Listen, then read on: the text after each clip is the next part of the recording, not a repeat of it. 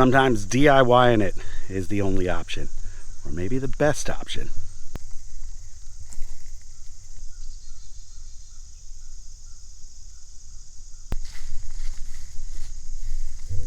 This burn pile here has been going for 2 days straight, and that is all that's left of the brush and debris that I have managed to clear on my own. I'll show you the spot here in a second, but it was in, I think, the last video or 2 videos ago.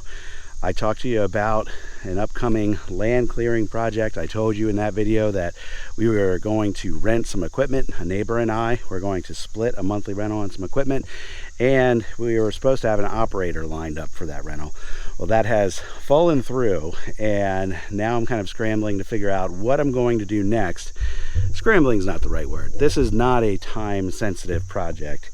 We just happen to have a little bit of free time now, kind of before we get busy for the Christmas season, and I was hoping to work on this for a couple weeks, have it done, and then enter our busy firewood selling season and Christmas season with this project behind us. But now I'm thinking about the next best course of action here, because the short story is I want to clear some land, but I don't really have the money to pay someone to do it properly, to bring in a professional land clearing company, an excavation company, to come in and do this. Those folks in my area want $6,000 to $9,000 an acre generally from the estimates that I've received, and I want to do at least 3 or 4 acres. I just don't have that money set aside for this right now. So I am standing now in an area that I have managed to clear myself, and I think for what I want to do with this space in the short term, continuing down this path of doing this myself is going to work out just fine. So this is what a lot of our woods looks like.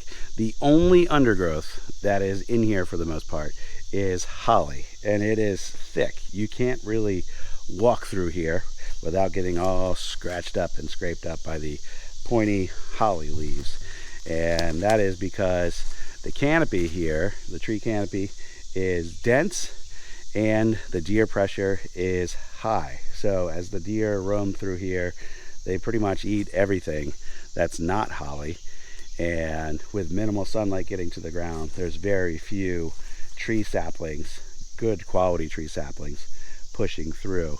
So this is an area that we want to clear out because I want to open this up and make it my permanent firewood processing area. And if we can continue to clear beyond what I want to map out as my firewood area, there will be some additional area to plant more Christmas tree inventory in the future. But for the time being, I think I can clear out sufficient enough space to move all of my firewood processing over here.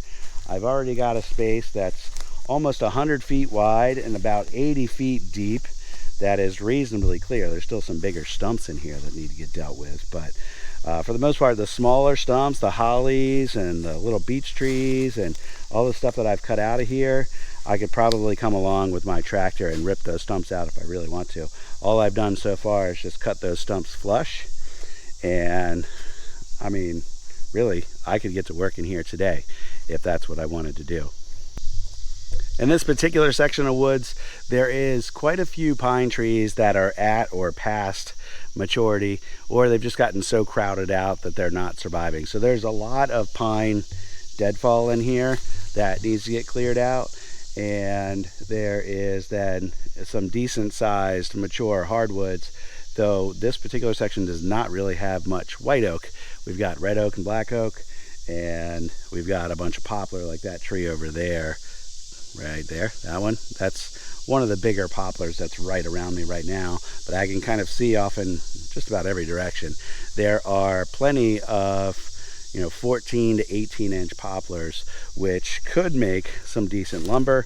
I know that there is a market for poplar peeler logs. These trees in here, because of the dense canopy, have grown nice and straight and with minimal branches, so probably might be able to take a dump trailer or 2 of logs out of here and make a few $100. The flip side of that is I can also process poplar into firewood, and in my market where we're selling recreational firewood for a premium, I think I can get more out of poplar as firewood than as peeler logs.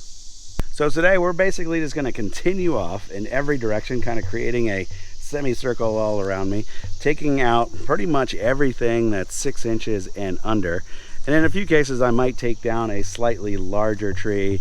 Yesterday I took down this pine right here. You can see the stump on the ground, and I'm just going to stack some of these pine logs. These are, 8-10 inch logs, not really good lumber trees.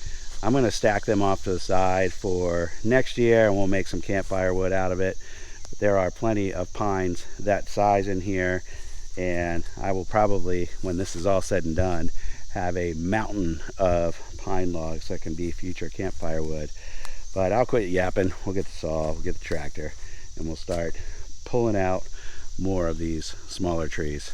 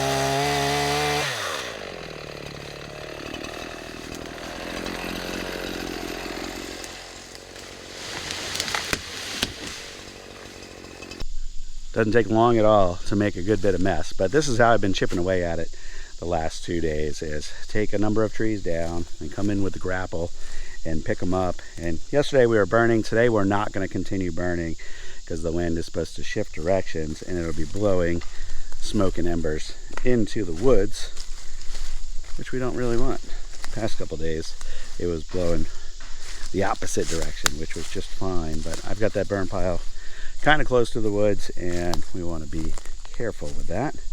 So I'll just be piling this up off to the side until our next best burning day. But you can kind of see I've been going in a line along, basically from the field, from the roadway, and kind of just expanding in every direction. And I'm going to continue doing that for another good ways that way, at least 60 or 80 feet more that way. and then I'm going to continue going deeper into the woods that way.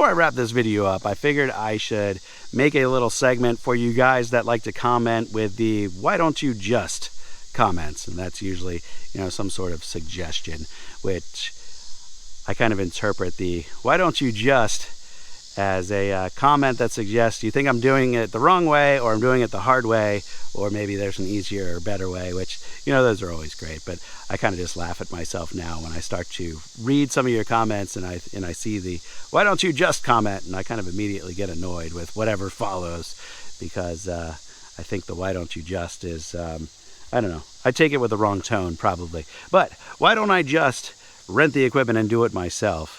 And the reason behind that is I just don't have the time. If I want to maximize the rental period, whether it's a single day, a multi-day, or a week or a month, really, if you want to maximize the economics of renting equipment, the longer the duration you can rent it, the better. The rental rates go way down, which is why me and my neighbor were looking at splitting a month-long rental before. I just don't have the time to dedicate to it. So 2 days ago, I had Jeremy here helping. We did 2.5 hours in here, and the bulk of what you saw cleared at the beginning of the video, he and I tackled in that 2.5 hours. Today, it was just under 2 hours. My son helped just a little bit, and we were able to expand the area a little bit more. That's all I have to do. I've got other things to do on the farm. I still work outside the farm. We've got family commitments outside the farm. So I just don't have all day long for sequential days in a row in order to maximize a piece of rental equipment, and that's why. But I am still thinking about how else can we tackle this project. I want to get this land cleared as efficiently and as cost effectively as possible. So just contracting it out straightforward probably isn't in the cards for me. In fact, I know it's not. I just simply don't have the budget for it.